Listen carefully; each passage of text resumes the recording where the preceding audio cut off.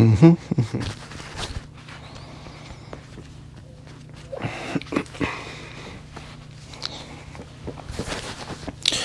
Okay, so I'm wearing my sleep mask. I didn't get enough sleep. Woke up, smoked some weed. Woke up in a weird state. Especially disappointing because last night I had a lot of progress, and sometimes I will have progress and then lose it the next day. It happens when I get high as well. But something sets a precedent, at least, that I've reached that space. And it took me a little while to get back to it. It doesn't feel natural when you believe something that's a lie obsessively, dramatically, over and over for years. It can feel very much like a lie to renounce the lie. And I've heard it's really ridiculous and embarrassing to renounce something that's fake to begin with, because the entire renunciation seems fake then too. Like, how do you renounce something that doesn't even exist? But you have to renounce it because it's poisoning you. And I think you don't really know that it's poisoning you. I mean, I'm talking about my own experience here up until my last reinvention of myself, where I went, oh, that's right, I was carrying all that baggage, and just let it go. Cool. Okay, I just smoked a little bit of weed. I didn't do shrooms or anything, and I'm feeling like I'm on shrooms. The same level of clarity, where I'm not worrying about the things that don't matter. On shrooms, the endless fight of proving myself to myself or to whoever is irrelevant, and it's just immediately moved beyond.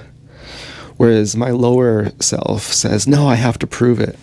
There's some kind of fight, and there's something at stake, and it's really urgent, and I have to do something about it right now, and I have to think about this very intently, and this is very stressful and cortisol-y.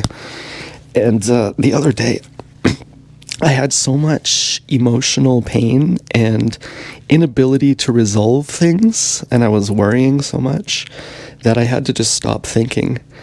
And it was very difficult. I thought, well, you can't stop thinking. There's an emergency going on. And at the best, you could pretend to stop thinking, but really that's where your mind is. And but after enough exhaustion and frustration and time, I mean, I want to say years of beating my head against the wall, and my head is just caving in first.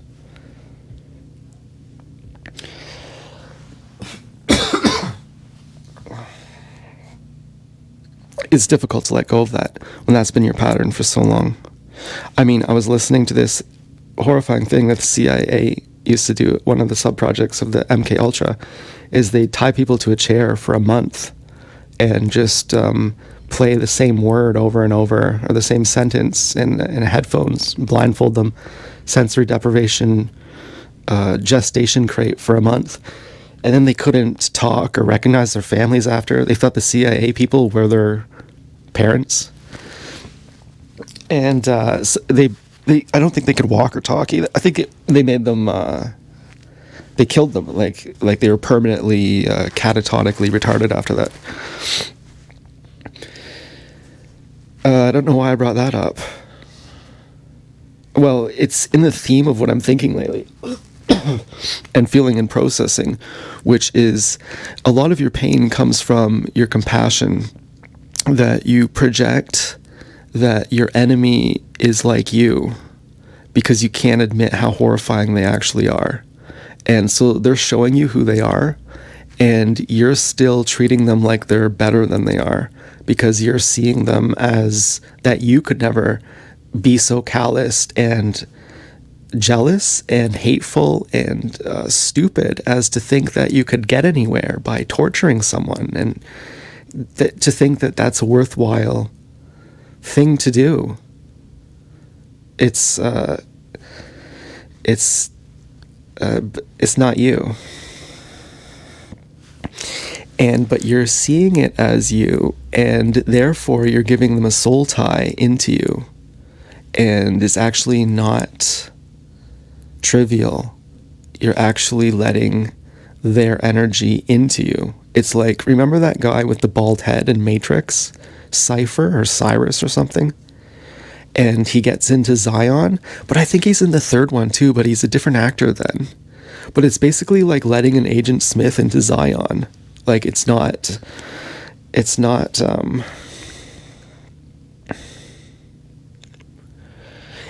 what you think it is. What you think it is good-hearted compassion.